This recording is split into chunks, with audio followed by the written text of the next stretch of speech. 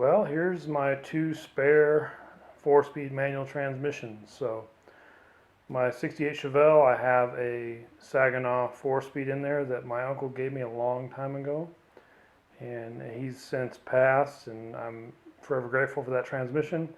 He gave it to me when I really had no money to afford a transmission. So anyway, the Saginaw's been there for close to 20 years, and at this point it's got a little damage to the synchros for reverse. So I had bought the other Saginaw here closer to me, I don't know, maybe 6 months ago, and actually made a video about it. Cleaned it up, painted it up.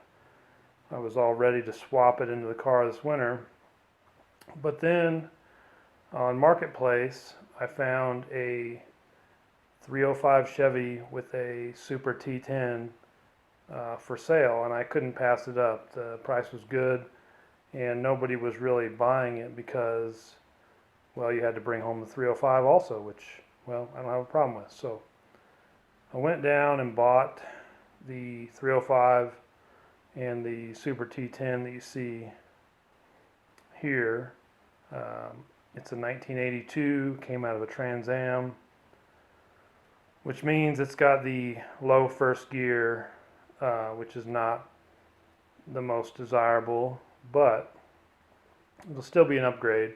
The Saginaw in my car and the one here both have a 311 first gear, and the first gear in this T10 is actually even a little lower, but there's some benefits to the T10, and having just moved these transmissions, I can tell you it's much lighter than the Saginaw with the aluminum case here and the aluminum tail housing versus the all iron construction of the Saginaw. So the transmissions are exactly the same length, and they both have a driver's side speedometer cable, which is nice because that's what's in the car currently.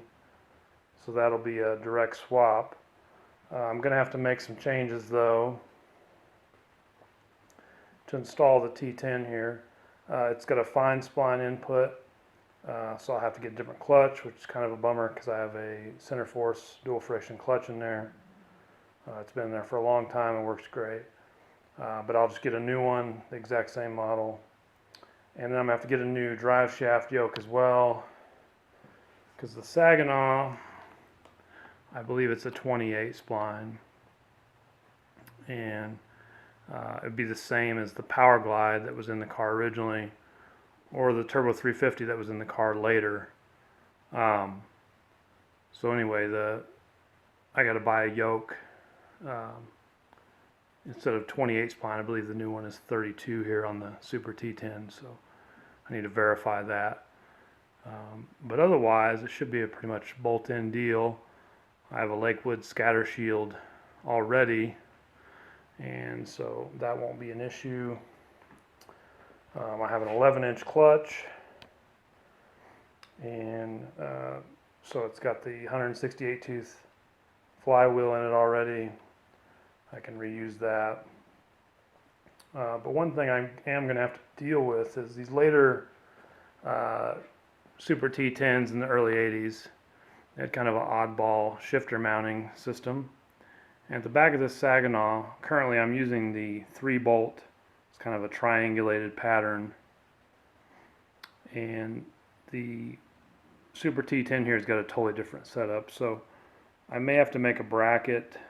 I want to reuse my Hurst Super Shifter, although it'll need different shift rods, or at least a new shift rod for reverse, because as you can tell, the Saginaw has all 3 shift levers on the main case, while as the T10, the reverse shift arm is actually on the tail shaft housing. So I'm going to need a much shorter shift rod from the shifter to the reverse lever. I actually have the factory shifter parts from the 82 Trans Am, and I might be able to use the reverse rod from that with some modifications. So I won't actually know until I take the transmission out of the car, and we'll see.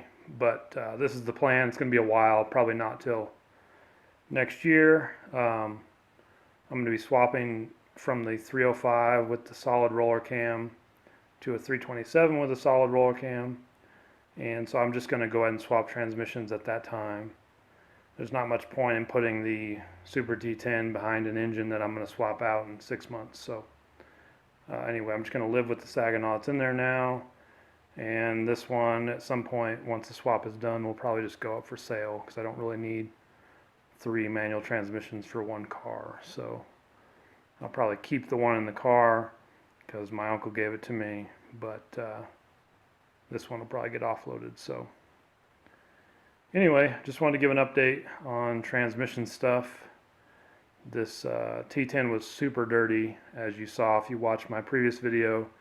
It's almost clean now. I have a little bit more scrubbing to do on it, but I spent some time today and got most of the grease off of it, so it looks immaculate. It was behind a totally stock 305 its whole life, so I'm not even going to open it up. I'm just going to slap it in the car. Came out of a running, driving car, and hopefully it works beautifully. So I got to collect some parts over the winter, and then next year get this thing swapped out. And theoretically, it should make the car faster, being quite a bit lighter. So thanks again for watching. See you guys later.